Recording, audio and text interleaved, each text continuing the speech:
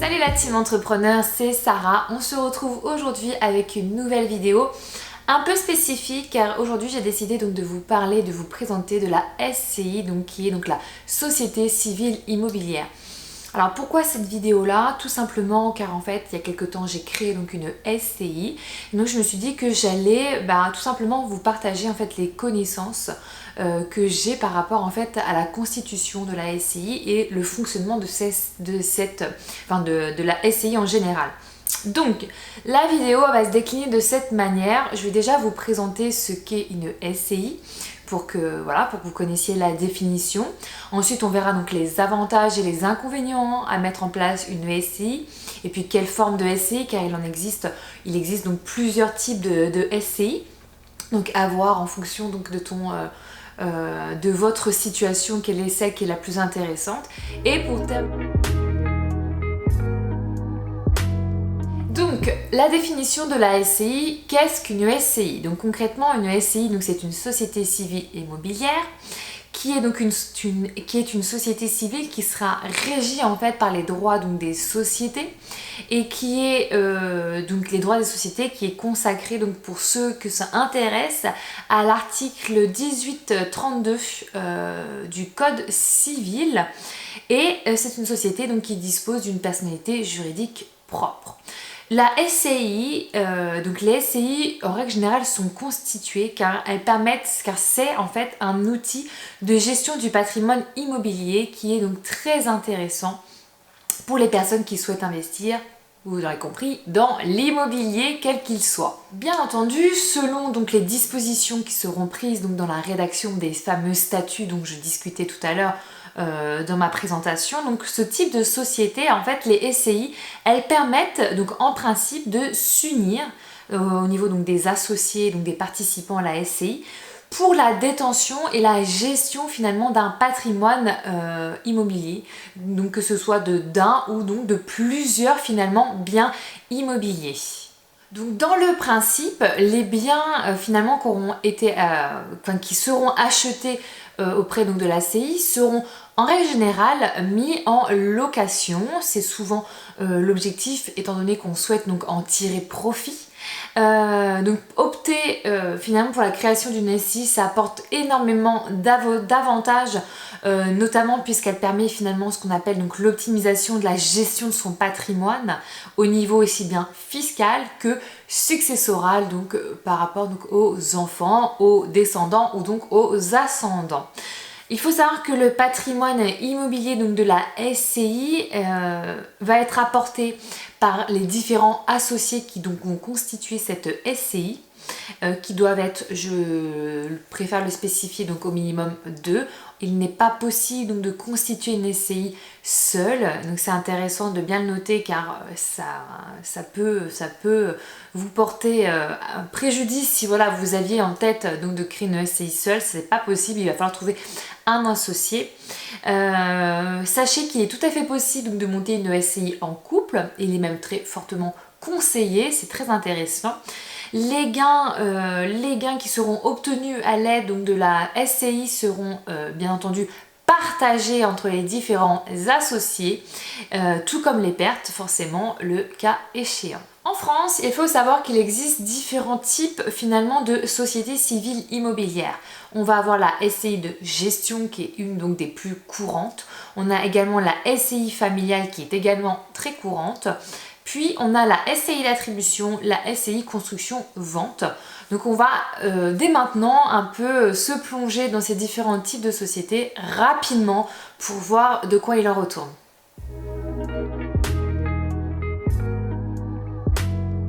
Premier type de SCI, donc comme je disais, la SCI de gestion qui est donc une des formes les plus répandues en France, qui a pour objet finalement l'acquisition et la gestion de biens immobiliers. Cela passe généralement bien entendu par la conclusion de baux d'habitation ou de biens de baux commerciaux. Il faut savoir que dans ce type de société, bien entendu, ce sont les associés qui sont en charge aussi bien des travaux effectués dans le logement que de l'entretien locatif ou bien des réparations éventuelles qui pourraient subvenir. Les bénéfices qui seront tirés donc, du bien immobilier dû à la location sont répartis entre les associés selon les dispositions qui seront bien indiquées dans le statut, enfin dans la rédaction donc des statuts de la fameuse SCI de gestion. Ensuite, on a la fameuse SCI familiale. Donc la seule finalement différence, si je puis dire, avec la SCI de gestion, c'est que la SCI familiale, eh bien, elle est faite, comme son nom l'indique, entre des gens qui sont membres d'une seule et même famille. L'avantage de cette fameuse SCI, enfin l'objectif tout du moins, c'est vraiment d'anticiper la succession. C'est-à-dire qu'on va disposer d'un patrimoine immobilier au sein de la famille qui va permettre finalement de bénéficier de certaines fiscalités avantageuses ainsi que une passation successorale qui se fera de manière avantageuse. Donc c'est là le principal intérêt à mettre en place une SCI familiale. Pensez fiscalité et succession, finalement pensez à vos enfants plus tard. Ensuite, on a la fameuse SCI d'attribution. L'objectif dans cette SCI, c'est bien d'acquérir un immeuble pour ensuite finalement le rediviser entre les associés. Les fractions donc sont remises, comme je disais, aux associés qui vont en acquérir de plein droit finalement la jouissance ou la propriété. Et pour terminer, on a la fameuse SCI construction-vente. Donc comme le nom l'indique, dans ce type de société, eh bien, on va construire un bien immobilier pour le revendre directement ensuite afin donc d'en tirer profit. Donc voilà, pour cette SCI, il faut savoir que pour créer une SCI construction-vente, aucun capital minimum n'est requis. Donc si je récapitule rapidement donc la SCI, donc c'est une forme de société qui a bien une personnalité morale propre. L'objet social, il sera donc indiqué, inscrit noir sur blanc donc sur la fameuse rédaction donc des statuts. Donc les statuts sont donc finalement donc obligatoires. Il est impossible de créer une SCI sans avoir rédigé au préalable des statuts. Le capital social, il est libre. Il n'y a pas de montant minimum obligatoire. On peut avoir finalement, vous pouvez tout à fait mettre 1 euro comme vous pouvez mettre 1000, comme vous pouvez mettre 10 000 euros. C'est vraiment vous qui voyez avec vos associés. Il va falloir indiquer donc un siège social. Donc ça peut tout simplement être le domicile de l'un des associés. Les associés, donc justement, je le rappelle, il faut au minimum être 2. Il n'est pas possible de créer une SCI seule. Concernant les apports, donc les apports, il faut savoir qu'il y a 2 types d'apports en SCI qui est tout à fait possible. On va avoir donc l'apport en nature, comme les biens matériels, comme l'apport d'un immeuble à la SCI. Vous pouvez tout à fait soit faire un apport matériel, soit sinon directement inclure donc l'apport d'un immeuble. Dans ce cas précis, il sera obligatoire de passer par des experts comme un notaire ou un expert comptable pour créer votre SCI. Le deuxième apport que vous pouvez faire, c'est l'apport en numéraire, c'est-à-dire l'apport financier. C'est-à-dire apporter, donc à mettre un capital financier, genre par exemple dire je vais mettre 500 euros. Et donc là, si c'est une création de SCI en apport seulement numéraire, donc financier, vous pouvez tout à fait le faire, ce qu'on appelle sous seing privé, c'est-à-dire vous pouvez le faire seul vous-même. Ensuite, bien entendu, en fonction donc de l'apport que vous allez faire, comme c'est une société, vous allez recevoir des parts sociales, c'est-à-dire que vous allez détenir des titres par rapport donc à l'apport que vous avez effectué. Également, il y aura l'obligation donc de nommer un gérant ou un ou plusieurs gérants, qui est une co-gérance éventuellement. La durée de vie est de 99 ans maximum et que je le répète, les statuts donc, sont donc obligatoires. N'hésitez pas, je le dis à nouveau, jetez un œil en barre d'informations, je vous mets un lien où je vais vous détailler donc en détail justement la SCI et la création de la SCI. On continue.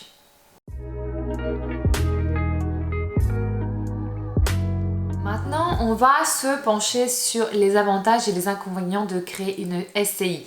Donc comme j'ai dit tout à l'heure, les avantages, c'est qu'il va y avoir des avantages fiscal et successoral. Premier avantage de la SCI, c'est que ça va éviter, vous allez éviter l'indivision finalement grâce à votre SCI. Je m'explique. L'avantage, quand on a une SCI et qu'on détient donc des biens immobiliers et que par exemple l'un des associés ne souhaite plus détenir des parts de la société, eh bien il va proposer à la vente ou au rachat finalement ses parts sociales dans l'entreprise, mais finalement le bien immobilier détenu par la SCI ne sera pas vendu pour que celui-ci retrouve ses parts. Et là c'est très intéressant. Imaginons donc vous êtes en couple. Vous êtes en couple et vous achetez une maison, vous êtes mariés, vous achetez une maison et plusieurs années après vous divorcez.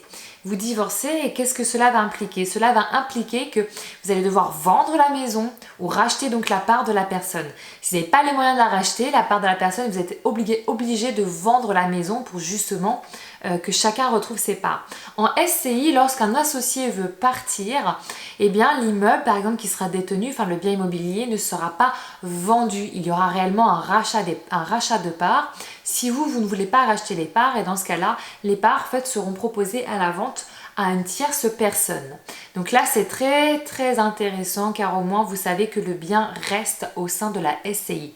Idem, lorsque vous êtes en famille, il faut savoir qu'il y a une transmission finalement de votre patrimoine immobilier qui sera fait auprès donc de vos descendants, soit par des donations, donc des parts sociales de la SCI ou des nues propriétés faites des parts sociales.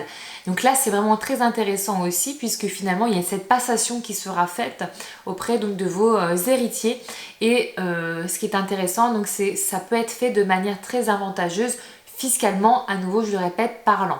Justement, venons aux avantages fiscaux, vu que depuis tout à l'heure, je n'arrête pas d'en parler.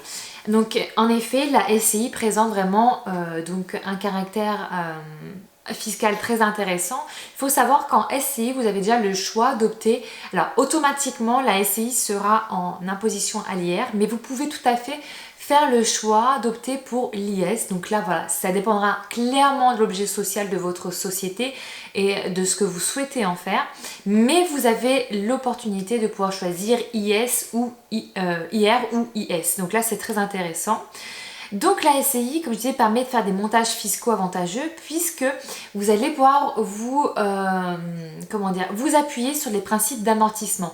Lorsque vous allez acheter un bien immobilier, vous allez pouvoir faire des travaux dedans, faire appel peut-être à certains experts, etc. Et donc il est tout à fait possible de faire de l'amortissement suite finalement donc à l'achat dans la SCI d'un bien immobilier. Et là ça devient très intéressant puisque ça peut vous permettre dans certains cas, parfois même, voire de ne pas payer du tout d'impôt sur votre SCI. Donc là c'est très intéressant. Deuxième avantage fiscal qui est intéressant, c'est lorsqu'on va parler de plus-value immobilière qui sont donc très avantageuses aussi en SCI puisque finalement le calcul de la durée jusqu'à exonération, donc l'exonération elle est totale au bout donc de 22 ans, va se faire à compter finalement de la date de souscription des parts de la SCI et non pas, enfin de l'associé, et non pas finalement à partir de la date d'entrée du bien immobilier dans la société.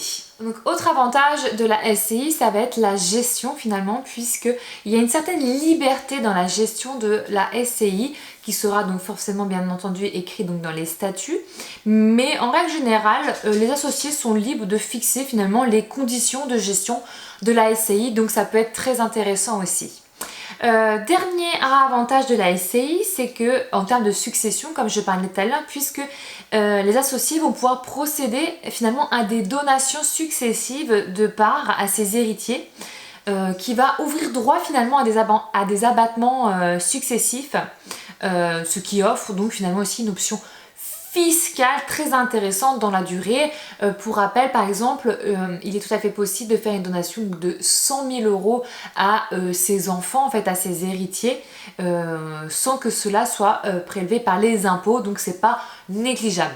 Bon, maintenant il y a quand même quelques inconvénients. Donc j'entends par inconvénients donc qu'il faut avoir conscience de certaines choses. Par exemple, les inconvénients principaux, bon déjà on va avoir les coûts de création de la SCI qui peuvent être très élevés puisque il va falloir faire appel dans certaines conditions à des professionnels, donc comme les notaires, les experts comptables. Par exemple, il faut compter donc entre, ça peut aller de 900 à 1500, voire peut-être plus en fonction donc de l'expert auquel vous allez faire appel. Donc sachez qu'il est tout à fait possible donc de les faire soi-même. Encore faut-il être bien renseigné. Donc je vous invite encore une fois à aller cliquer sur le lien en dessous pour aller jeter un œil sur le détail en fait de ma vidéo. Ensuite, on va avoir aussi comme autre inconvénient donc la responsabilité des associés, puisque finalement, comme j'expliquais, les associés sont pleinement responsables du passif de la société et notamment en fait des dettes éventuelles de la SCI.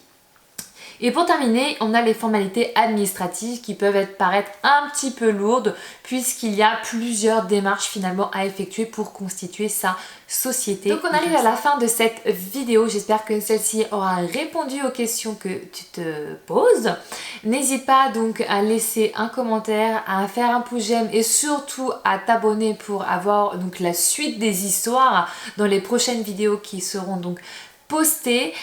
Pense également donc si tu veux avoir plus de détails à cliquer sur le lien en barre d'infos. Tu y retrouveras donc tous les détails que tu peux avoir besoin pour constituer ta SCI et comprendre comment fonctionne une SCI, et tu pourras également avoir donc le modèle de statut ainsi que donc l'annonce légale. Donc je te détaille tout ça en lien en cliquant sur le lien. On se retrouve finalement la semaine prochaine avec une nouvelle vidéo sur la gestion, création d'entreprise en règle générale. En attendant, n'oublie pas, il est temps d'entreprendre. Ciao!